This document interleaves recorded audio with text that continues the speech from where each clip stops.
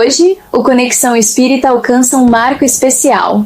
Ultrapassamos as 1000 perguntas e respostas de O Livro dos Espíritos e nos aproximamos do encerramento dos nossos estudos dessa obra fundamental.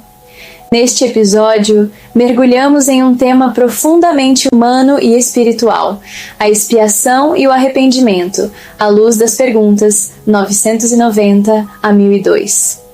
A doutrina espírita nos mostra que o arrependimento é o primeiro passo para a regeneração da alma, mas ele só tem valor real quando vem acompanhado da reparação do mal causado.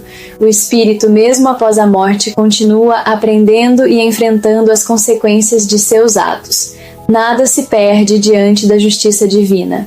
O bem precisa ser feito com humildade e o mal reparado com esforço e sinceridade. Até o último instante da vida, a chance de recomeço. Mas o verdadeiro mérito está no sacrifício voluntário, no bem praticado em vida. Frase reflexiva de hoje. O mal só se repara com o bem, e o arrependimento sem ação é como a semente que não germina. Vamos nós, pergunta 990. O arrependimento se verifica no estado corpóreo ou no estado espiritual? No estado espiritual. Mas pode também verificar-se no estado corpóreo, quando bem compreendeis a distinção entre o bem e o mal. Pergunta 991. Qual é a consequência do arrependimento no estado espiritual? O desejo de uma nova encarnação para se purificar. O espírito compreende as imperfeições que o impedem de ser feliz e aspira a uma nova existência, onde possa expiar as suas faltas. Ver 332, 975. Pergunta 992. Qual é a consequência do arrependimento no estado corpóreo? Adiantar-se ainda na vida presente se houver tempo para a reparação das faltas. Quando a consciência reprova e mostra uma imperfeição, sempre se pode melhorar. Questão 993. Não há homens que só possuem o instinto do mal, sendo inacessíveis ao arrependimento? Já te disse que se deve progredir sem cessar.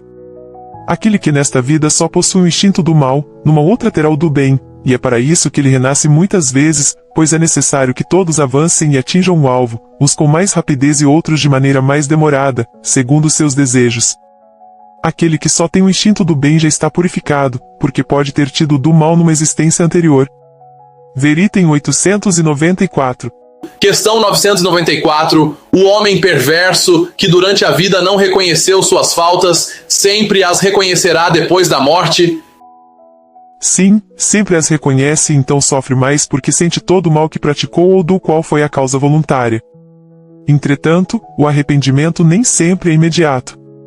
Há espíritos que se obstinam no mau caminho apesar dos sofrimentos, mas cedo ou tarde reconhecerão haver tomado uma senda falsa e o arrependimento se manifestará.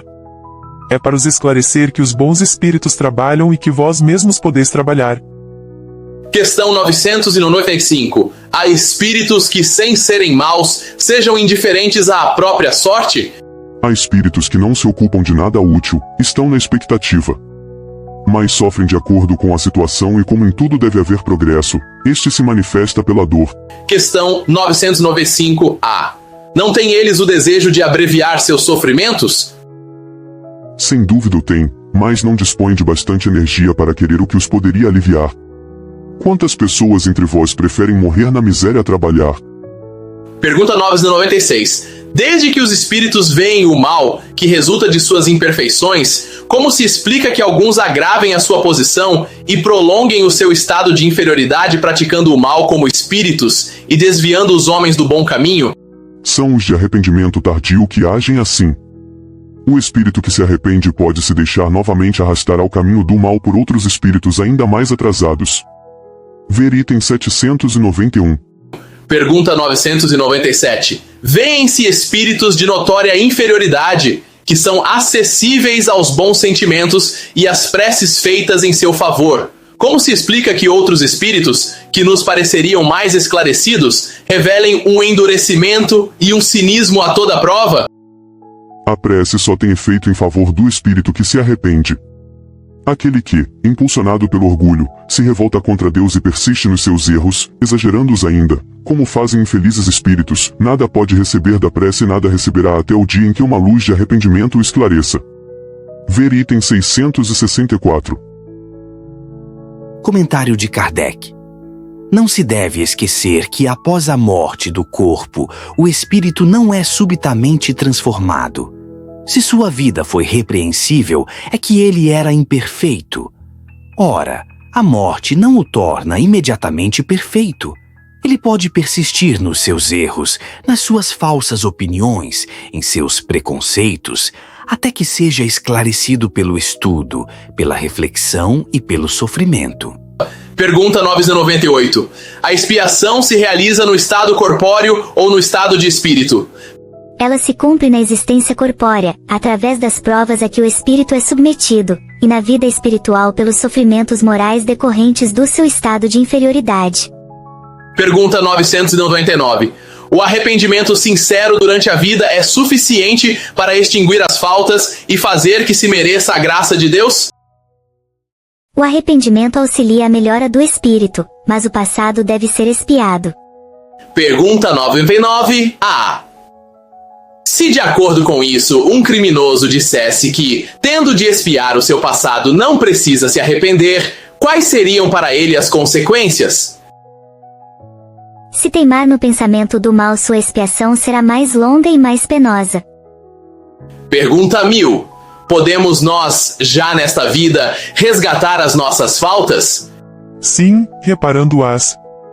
Mas não julgueis resgatá-las por algumas privações pueris ou por meio de doações de após-morte, quando de nada mais necessitais. Deus não considera um arrependimento estéril, sempre fácil e que só custa o trabalho de bater no peito. A perda de um dedo, quando se presta um serviço, apaga maior número de faltas do que o cilício suportado durante anos, sem outro objetivo que o bem de si mesmo. Veritem 726. O mal não é reparado senão pelo bem, e a reparação não tem mérito algum, se não atingir o homem no seu orgulho ou nos seus interesses materiais.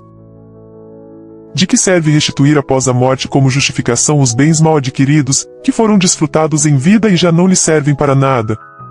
De que lhe serve a privação de alguns gozos fúteis e de algumas superfluidades, se o mal que fez a outrem continua o mesmo?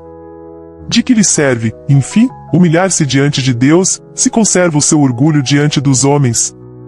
Veritem 720 e 721. Pergunta 1001. Não há nenhum mérito em se assegurar, após a morte, um emprego útil para os bens que deixamos?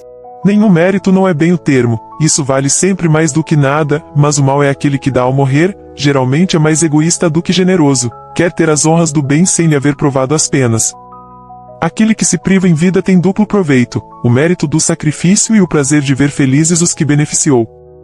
Mas há sempre o egoísmo a dizer ao homem, o que dás, tiras dos teus próprios gozos. E como o egoísmo fala mais alto que o desinteresse e a caridade, ele guarda em vez de dar, sob o pretexto das suas necessidades e das exigências da sua posição.